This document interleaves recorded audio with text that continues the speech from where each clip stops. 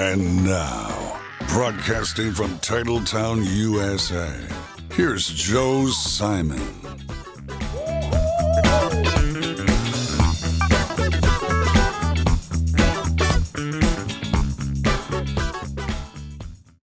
Welcome back. Joe Simon here, talking about the infamous Connelly versus the Supreme Court of the United States, a case that was closed and really flipped the life insurance world from the business side upside down in June of 2024. Here we are in May of 2025, coming up on that 1-year anniversary. And this particular podcast is directed to you, the Main Street USA business leader who has a partners, family-owned business. This is really a historical case that changes how your life insurance is tucked inside your buy-sell agreement. Oh, do you have a buy-sell agreement? Let's get into that because most of the time this is a document that is put together with your legal counsel. And in many cases, there's a life insurance policy that kind of marries with that. And everybody's happy, and the policy and the document get tucked inside of a safe or a safe deposit box or where you keep your important papers. And guess what? You forget about it.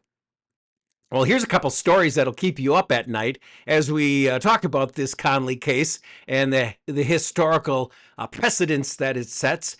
When was the last time you looked at your buy-sell agreement? I can't forget the time I met with, and this has happened more than once, we had a meeting with the partners of a business, and we were talking about the buy-sell agreement, the one that they said they had many years prior, and they brought out a 6-inch stack of legal papers and documents. In there was a life insurance, actually 3 life insurance policies. There were 3 partners. And we tore into the buy-sell agreement only to find that the stickums, the little reminders of where to sign in those documents were still there, and they were rubber band to the life insurance policies. But guess what? They were never signed. They were never signed by the partners. So they were never forwarded to the attorney's office for the attorney to sign off on them and witness all of this.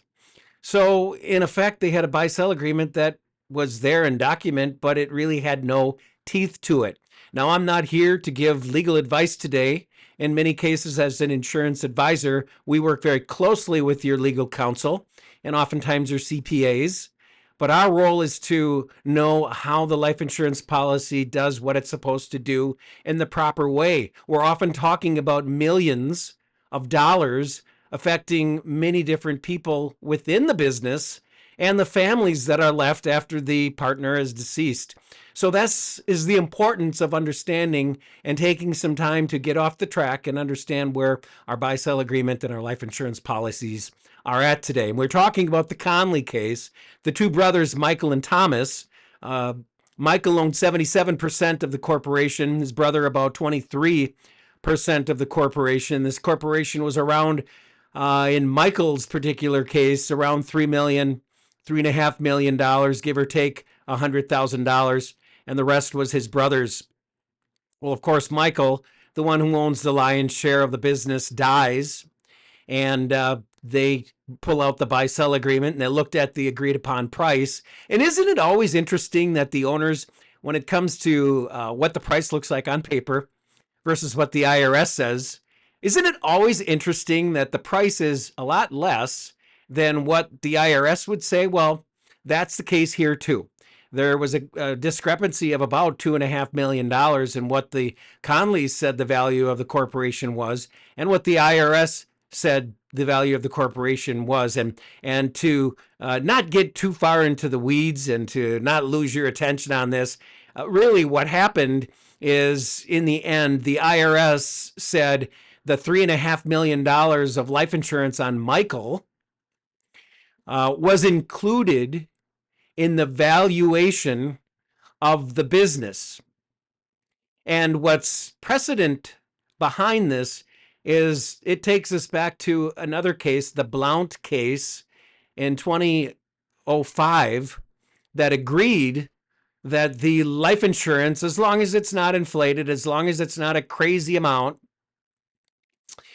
would not and could not be included into the value when the corporation looks at the valuation of the business.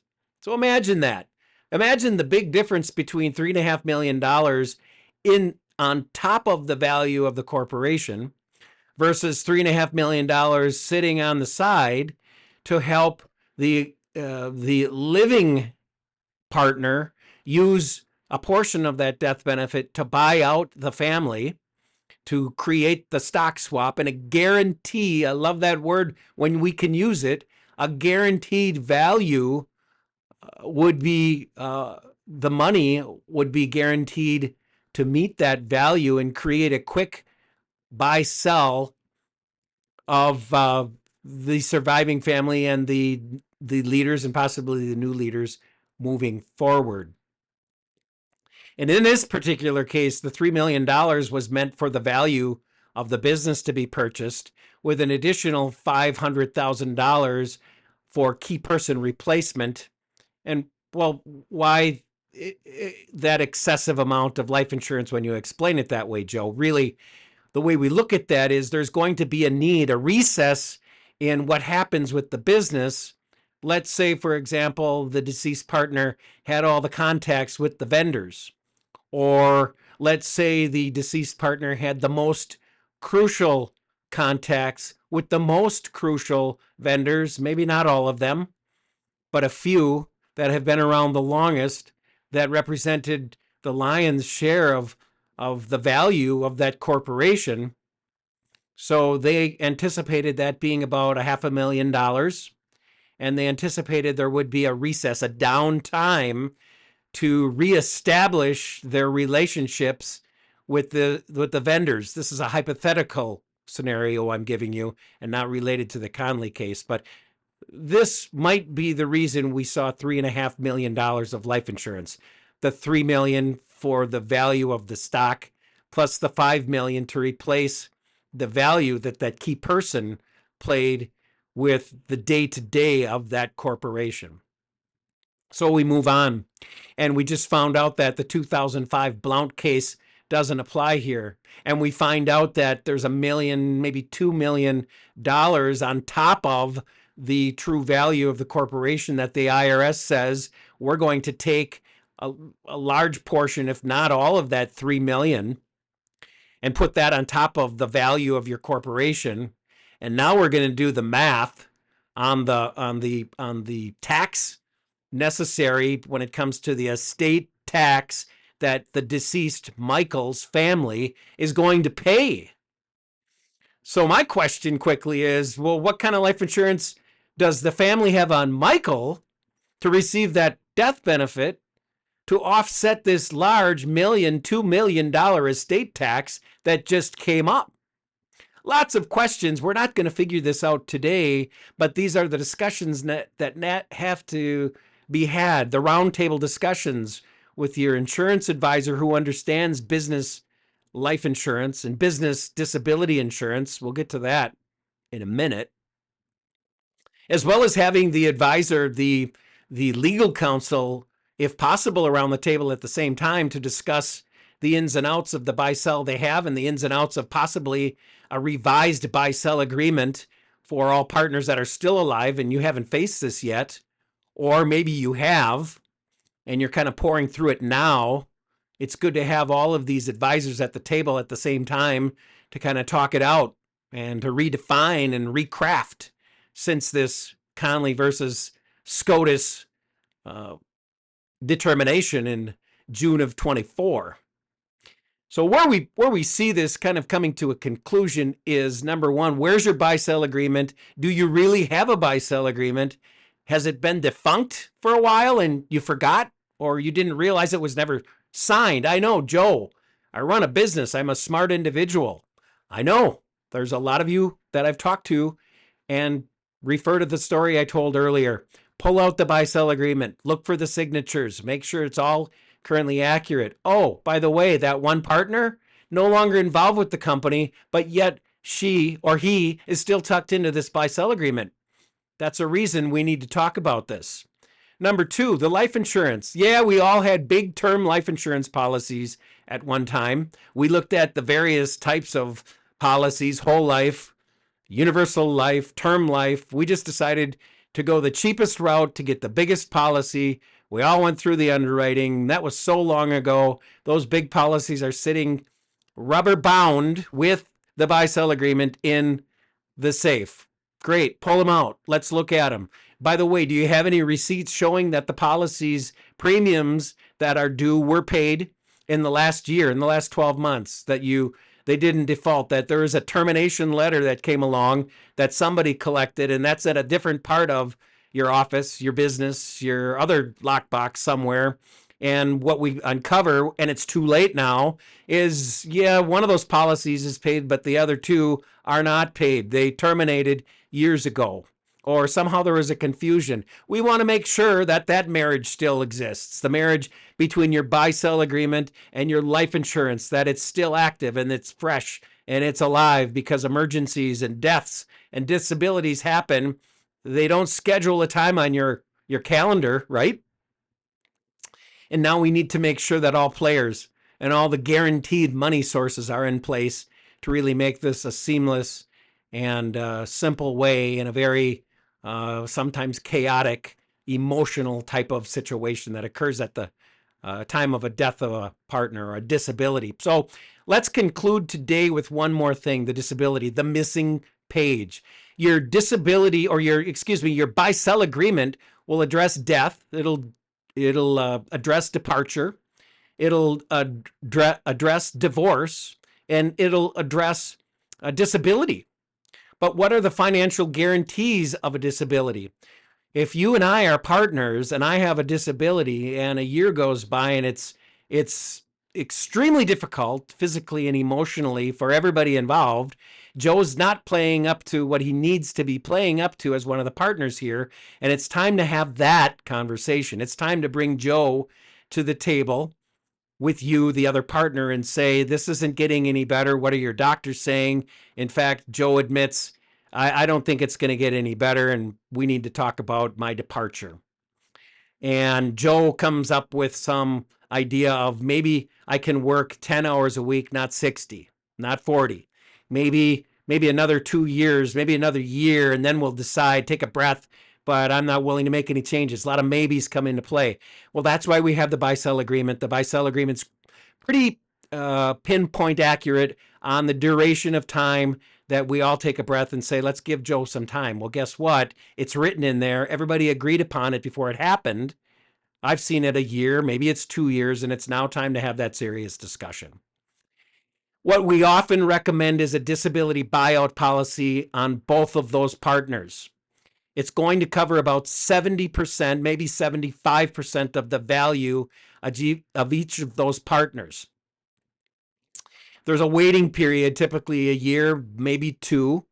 I've never seen it really longer than that. Perhaps we can get waiting periods for longer when we design these policies, but I've never seen it longer than a 2-year waiting period. So the insurance company's notified when Joe says he's having disability problems. Joe's not working. The clock starts ticking.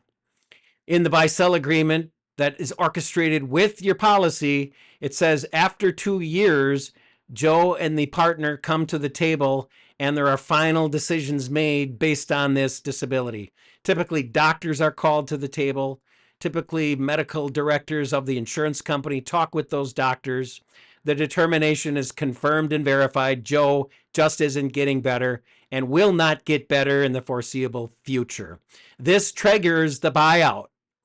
So you have a multi-million-dollar company of which each of you own 50%, and about 70% of that ownership value is coming from the insurance carrier to the way your buy-sell agreement directs it to happen. If it's an entity purchase, all of that money flows to the corporation. The stock is traded in by Joe, the disabled partner. The corporation takes that insurance money and swaps the stock with the money, and then the rest is up to the existing partner to come up with immediately at the day of that buyout. Makes things a lot easier. It makes bankers breathe a little easier. Things move more smoothly than ever before. So there's so much we can talk about. By no means am I giving legal advice here. It's the insurance advisor advice that plays into where your legal advisors are thinking and what they are doing for you purely on the legal side. Last part to that is it's always best to have the legal counsel and the insurance advisor counsel and the partners at the table at the same time to have these discussions from the beginning, and often down the road, doing those reviews, looking at how things have changed, making sure cases like the Connelly case aren't going to affect the way you and your buy-sell agreement and your corporation and your partners and their families and their estate value isn't being affected in the wrong manner. So that's the story for today.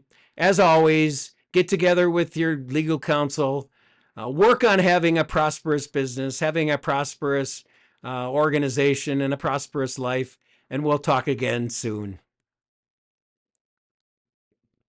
You've been listening to the Joe Simon Podcast. Big ideas with powerful stories and real-time solutions.